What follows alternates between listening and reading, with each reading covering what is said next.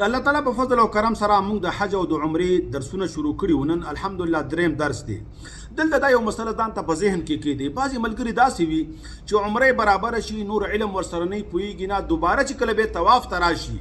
نو طواف چې کوي و چکره برابر شي نو بیا لاړ شي سعیه کوي. داسې ما ډېر وکتل او بیا لاړ شي سره هم ګنجې کي نه نفلي طواف سره بیا سعیه نشته. سعیه ځان ته به دا جدا عبادت نه دی ګرځولی نبی پاک علیه الصلاة والسلام. دا عمل چې کوم دی دا د حج او د عمرې او د طواف تابع نبی پاک ګرځولی دی. بله خبره اهمه د بعضې ملګرو دا خطا کیږي چې سعیه چې کله کوي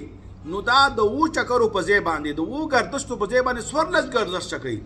چې صفا نه لاړ شي مروه ته واپس چې راشي نو دا په یو چکر باندې حسابوي. نو دا خبره هم خطا ده غلطه ده بلکې یو طرف نه یو چکر بل طرف نه دویم نو په صفا شروع کیږي او په مروه باندې ختمیږي نو دې سره اوه ګردشه دا کافي دي ستا دپاره. مسله اهمه د زنانو په باب کې هغه دا ده چې زنانو دپاره احرام دا دوه څادرې نشته. د هغوی خپلې جامې چې کله هغه ساتلې وي هغه کافي دي د دپاره چې دا په دې کې سعی هم وکړي او په دې باندې طواف هم وکړي. لیکن په دې کې ډېر احتیاط دا کول پکار دي چې بعضې زنانه فقط کمیس کې طواف کوي یا سعی کوي او بیا کمیس هم چې کوم پنجابیا کمیس وي چې د هغې د سرو غوندې دوه لمنې وي نو اکثره دا غیر ساتر وي ځکه طواف مشقت والا عمل دی. کله پکې انسان بل ملګری یو ځای کېږي کله انسان ستړی کېږي کله لاندې لاس وړي نو د دې بعضې ستر عورت ښکاره کېدلو خطره وي. نو دا دې په دې کې احتیاط وکړي چې عبایه دې په ځان باندې راواچي او ټول ځان دې پکې پټ کړي او په مخ باندې علما فرمایي چې یو داسې یو چتر دې جوړ کړي لکه عام د ګرمۍ والا ټوپۍ چې کپړه مخ سره نه لګېږي لیکن په مخ پرته وي. حجاب او پرده هر وخت کې لازمه ده او بیا چې خامخا سړي وي او یو ښځه ځوانه وي او د فتنو خطره وي نو دته مخ پټول لازم او فرض دي اگر که دا کپړه د مخ سره هم ولګېږي. لیکن بهتره ده چې ته داسې یو ټوپۍ په سر کې یا داسې یو چت ځان ته جوړ کړي چې ستا مخ ته پرده راویزان نه شي لیکن ستا مخ باندې ونه لګي. دا اتفاقي قول دی او د ډېرو علماو قول دی اگر چې دا هم جایز دي چې کله فتنه وي چې ته مخ پټ کې سړي وي. صحیح حدیث کې راځي نبی مهربان صلی الله علیه وسلم نه منقول دی صحابیات فرمایي چې کله به مونږه په سفر د حج باندې وو نبی پاک به مونږ سره او مخ نه به سړي رالل مونږ ته به حکم کېدی شو چې تاسو مخونه پټ کړئ. نو احتیاط د سرو دپاره هم دا دی چې په جاز کې سفر کې نو اکثر د جاز چې کومه عمله ده بعضې اوقاتو کې جنکۍ وي لوی عمل پسې روان وي شیطان دې بربادوي. خپل نظر کنټرول کا خپل نظر صبر ورکا د الله نه ویریږه لوی عمل ته ځي هسې نه چې ابتدا د ګناه نه وکړي بل د خطرې سفر دی بره په اسمانونو کې څومره فوټه د ځمکې نه بری ډېره خطره ده. خپل نظر کنټرول وساته او بیا په مطاف کې او په سعی کې او څومره مقامات دي په هغې کې خپل ځان کنټرول کا. او حاجیانو زنانو ته هم دا حکم دی چې خپل ځان دې هم نه هلاکوي او نور خلک دې په ګناه کې نه مبتلا کوي. بعضې جنکۍ وي ځوانې ځوانې وي هغوی بیا بالکل حجاب وغورځوي بالکل مخکې ښکاره وي عام طواف کې هم او بیا د عمرې په حالت کې هم دا ظلم دی. که عمرې کې که طواف کې که احرام کې ته محرمه بیا هم تا باندې مخ پټول لازم دي فرض دي. خپل ځان دپاره خپل انتظام وکړه خپل حیا عزت وساته بل مسلمانه مه هلاکوه مه بربادوه. اکثره موږ وکتل هلته بعضې هلکان داسې وي چې سټوډنټان وي سبقونو ته تللي وي یا مزدورۍ ته تللي وي عمرې ته راشي هغوی د دین د اهم مسایلو نه ډېر خبر نه وي د عمرې هغه قدر هم ورسره نه وي ځکه هلته نه راغلی د کار د ځینو عمرې ته او بار بار راځي. مونږ دې ځینه تللي وو څومره زرګونه کیلومتر سفر مونږ کړي د خپل آخرت فکر وکړئ خپل آخرت خپل هم برابر کړئ د بل هم برابر کړئ چې تا سره ښځه یا لور خور تلي په سفر باندې هغوی ته د حجاب تلقین وکړه هغوی ته د حجاب انتظام وکړه د هغوی آخرت مه بربادوه. نو طواف کې یا په سعیه کې یا په نورو امورو کې په جاز او په سفر کې هغوی ته پکار چې خپل مخونه پټ کړي او که دغه شان په حالت د احرام کې وي نو داسې یو چت غوندې ټوپۍ دې والي او کپړه دې پرې راځوړنده کړي چې د ده حفاظت هم وشي او د نورو مسلمانانو حفاظت وشي. زنانه داسې وه چې هغه حج ته یا عمرې ته تللې وه او عمرې پوره شوې نه وه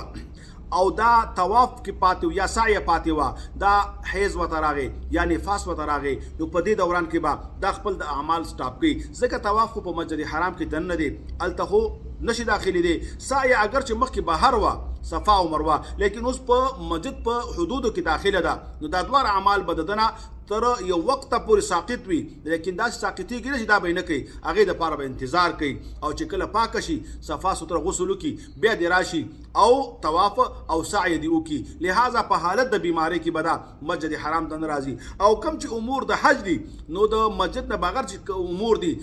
منا ده مزدلفه ده شیطانان وستل دي عرفات دي نو هغه امور ټول کولی شي ان شاء الله د حج په باب د زنانو لپاره افضل خبره دا په طواف کې دا ده چې دوی لري لري د سرونه وګرځي چې بالکل اون لګي که بره چت یو کې نو دا ډېره بهتره ده افضله ده دغه شان په سعی کې هم دوی کوشش دا وکړي چې لري لري وګرځي تلبیه ویل د زنانو دپاره هم شته حدیث د عایشې صدیقې رضی الله تعالی عنها دی داسې تلبیه به مونږ ویلي چې مونږ سره ملګري وي رفیقاتها هغې به هغه اورېدلي داسې اواز کې دي ووایي تیزه چې خپله ملګري ورسره کومه نږدې روانه ده چې هغه یې واوري د زنانو دپاره د ویښتو قصر دی د یو بند برابر چې د یو ګوتې نه تاو شي یا د یو بند برابر وي لیکن کوشش به دا کوي او افضله خبر دا ده چې ټول ویښته به یو ځای ته راجمع کړي او یو ځای کې به ترې نه ټک ورکړي او دا د دپاره افضل هم دی او بهتر دی او قصر دی نور کوم قسم سخت حکم د زنانو په باب کې نشته دی زنانو دپاره لازمه خبره دا ده چې دا د حجر اسود د ښکلولو نه ځان بچو ساتي هغې کې لوی مشکل دا دی چې هلته نهایتي رش وي هلته ځوانان نشي رسېدی که ځوانان رسېږي نو ډېر په ټیر سر رسېږي ډېر په تکلیف سر رسېږي او هغه بالکل جفت وي نو که ته یو زنانه او داسې کې نو ته خپل آخرت بربادې په دې عظیم مکان کې چې کعبه درته ښکاري او ګناه درنه کېږي نو ته لوی ظلم کې لہذا د لرې نه استلام کوه او په دې اکتفا کوه او الله نه دعاګانې غواړه د دې نه ځان سات دغه شان په طواف په مقام کې په اولنې 3 چکرونو کې چې کوم رمل دی هغه د زنانو نه ساقط دی رمل په زنانو باندې نشته اهمه خبره دلته بله دا ده چې کله ته د طواف په حالت کې یا د سعی په حالت کې او اذان وشي او به اقامت وشي مونځ ودرېږي نو هر عمل به پرېږدي او مونځ کې به شریکېږي ډېر ملګري مونږ داسې وکتل چې فرض مونځ ولاړي او دا بره چتونو کې ګرځي او طواف کوي یا فرض مونځ ته لږ ټایم وي او د عمره پوره شي او دا په مروه باندې ووځي